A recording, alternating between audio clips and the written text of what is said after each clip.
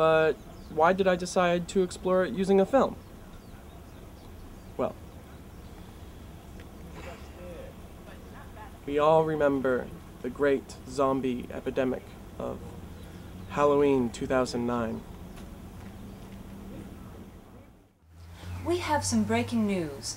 The swine flu, also known as Beta influenza, has mutated into a zombie virus. Scientists are unsure about the implications of this development. At the time, I believed that civilization as we knew it was coming to an end. Obviously, I miscalculated, but, unfortunately, you can't be right all the time. So, anyways, I thought if anybody was to survive, I wanted to help create a record of what had happened. So I basically just grabbed a camera and took to the streets to record some of the madness.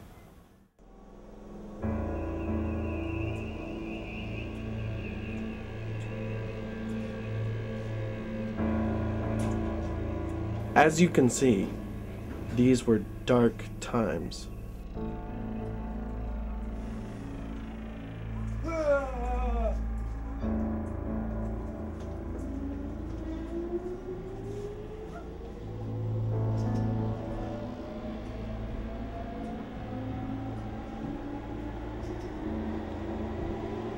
No, thank you. I'll read.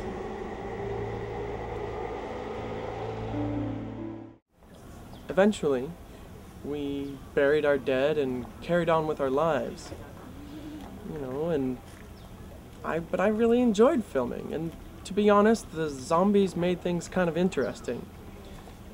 So, when they all went back to their regular office work, I got bored. I'm bored. You?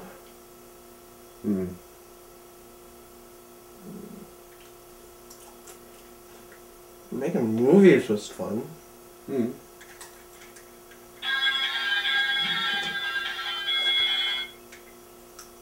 Yeah. Let's do that.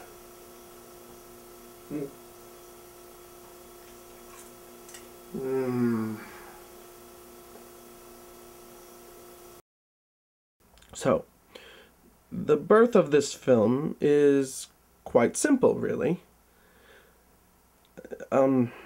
When culture shock and a zombie invasion love each other very much, then they may decide to get close. Sometimes, after being close, a film will be born.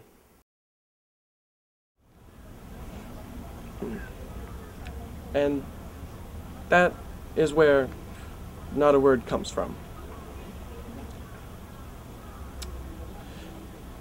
If you have any more questions, ask your mother. But anyways, on to the actual story itself. Although initially envisioned as a comedy where people would talk to each other using animal noises, Not a Word eventually evolved into a tragic alternate reality drama.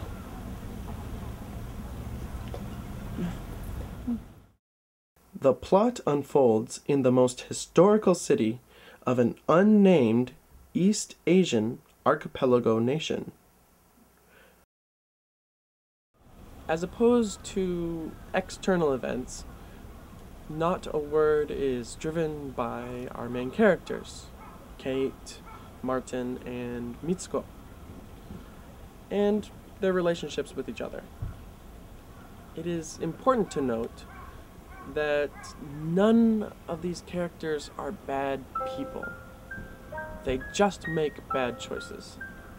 And these are choices stemming from their inability or unwillingness to deal with the stresses of their reality.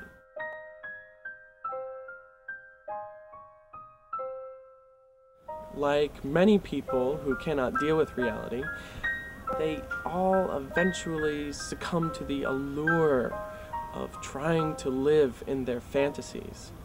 I think it's something we all do to some extent.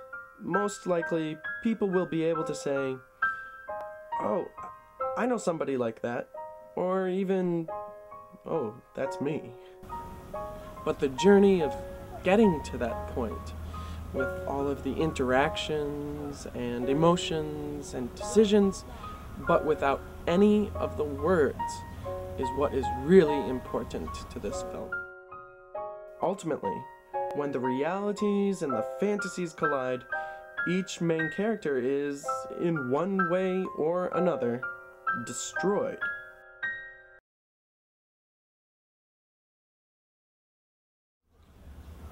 And lastly, I would like to just take a moment to really thank everybody who was helping me along the path of making this project. I really couldn't do it without you. And I hope that when the time comes, it's something that you're able to really enjoy. Thank you, and enjoy the rest of the night.